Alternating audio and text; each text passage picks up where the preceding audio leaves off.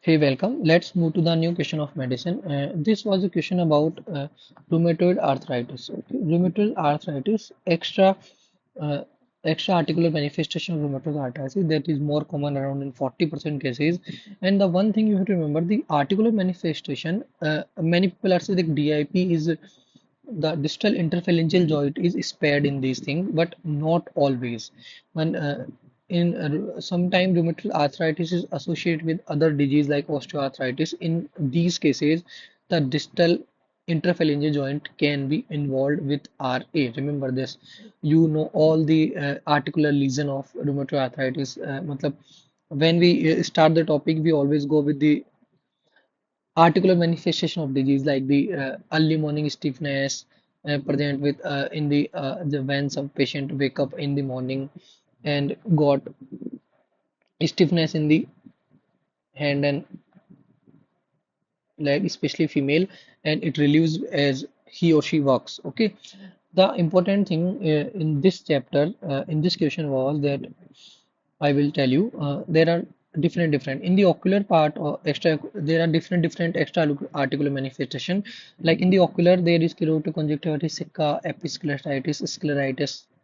Okay, in the oral part, xerostomia, periodontitis, keratoconjunctivitis sicca, and xerostomia is associated with also Sjogren syndrome. Okay, there are multiple pulmonary extra-articular manifestation. The most common is pleuritis, and there is pleural effusion also, which is a exudative pleural effusion. Okay, in the cardiac part, there are multiple, but the most common cause of death in the rheumatic arthritis patient is the cardiac. It is the remember this renal. There is membranous nephropathy. Remember, okay.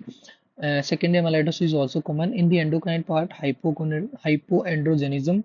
In the skin part, there is rheumatoid nodule, and this is the most common extra-articular manifestation. I think this was the question that is asked in NEET PG recently. There is also pyoderma gangrenosum. Okay. Osteoporosis also common in the neurological cervical myelopathy is seen. Okay, but in the hematological thing, you have to remember there is anemia of chronic disease. Remember, there is Felty syndrome. There is neutropenia. This is important part. Okay, uh, neutropenia is seen. Okay, in the Felty syndrome, there is it is a combination of it is a triad of neutropenia in patient splenomegaly and nodular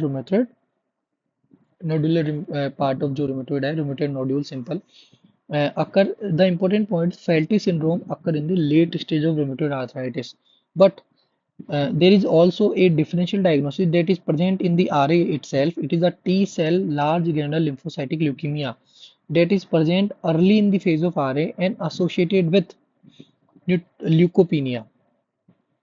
Okay, so apart from these, there is leukopenia is rare in this disorder. Okay, the important thing there is also lymphoma, and which lymphoma is common. This is DLBCL, diffuse large B cell lymphoma, which is common. Okay, this is the main important thing, and question can come from here.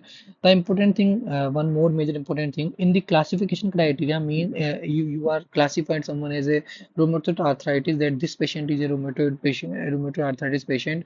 You have to go with the joint involvement. Okay, how much or how many, actually how many joint are involved, these is thing is important for the classification criteria of IRA.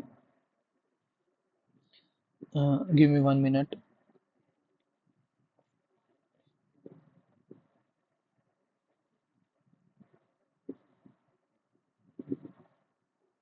Okay, there is one thing is joint involvement. Okay, the maximum number for the maximum point for the joint involvement is 5.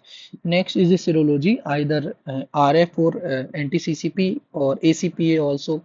In the question ACPA can be written, or the acute phase reactant. Okay, 1 point is maximum there, or there is duration of symptom. Duration of synovitis or symptom 1 point. So if you remember this, maximum point here is 1. For the acute phase reactant, maximum point is 1. In the acute phase reactant, two things are involved, which was ESR and CRP. Albumin is not included here. Remember this. The serology maximum point is 3. You can remember either anti-CCP positive, CRP positive.